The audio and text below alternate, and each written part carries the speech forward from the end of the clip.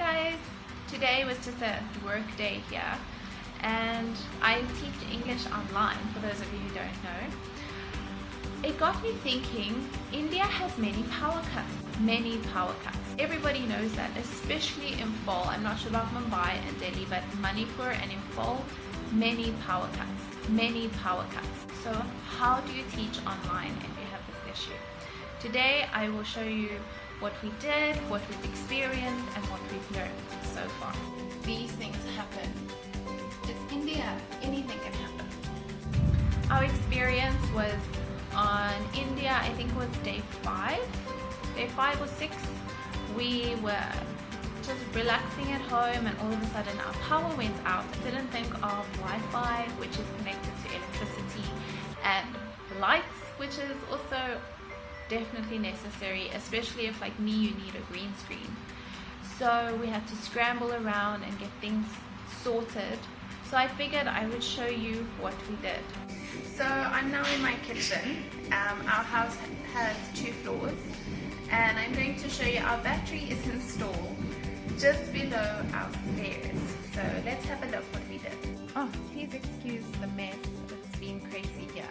But basically we bought this massive battery and it's extremely heavy. Apparently it weighs more than 50 or 60 kilograms. And then the battery is attached to an inverter which had to be installed by an electrician. And the inverter, what it does is it plugs into the electricity source. So when we have electricity, the inverter charges the battery. And if it cuts off, the switch over is immediate. Okay, so what we've done is we have an extension cable cord and we've just plugged in one very, very long extension that goes all the way upstairs, past my helmet, all the way to the top. And then upstairs we plug in our laptops, lights and Wi-Fi. Wi-Fi is always connected to the battery because it is literally the most important thing when teaching. You can still maybe improvise a little bit with lighting, but if your Wi-Fi cuts out, then that's your class. So our Wi-Fi is always connected, and then usually our lights are also connected before class. So we have this light which we made ourselves, and it has a cord which is about 20 meters long. So wherever in the house we light, it just travels there.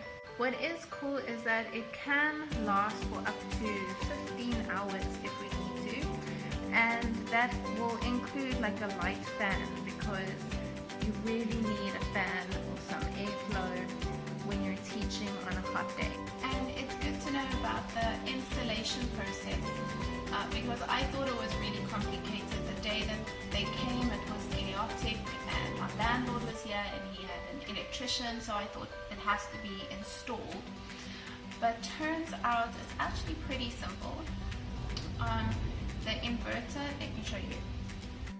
So the inverter plugs into the wall, and then you have to connect these 2 wires.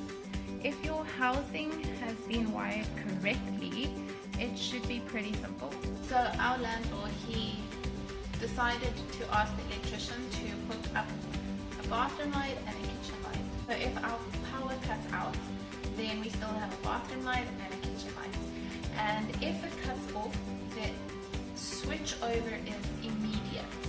So you never lose light, you never lose Wi-Fi. Class carries on going. The only way usually that I know the power is out is my fan tends to make a different noise when it's running with the battery. And as soon as the power is on again, the fan is quiet. Like the motor runs quietly, but if the power has gone out, then I can hear the motor, like it makes a different noise. But if I'm not running my fan and I just have my lights and my computer, I have no idea if the power is on or off. So it's extremely, extremely useful to have this set up if you are planning to come to India, work online, or you can save yourself a lot of trouble and just bring like a battery bank that can charge your laptop and have like an light with a rechargeable battery. But just make sure you have a backup, because these things happen. It's India, anything can happen.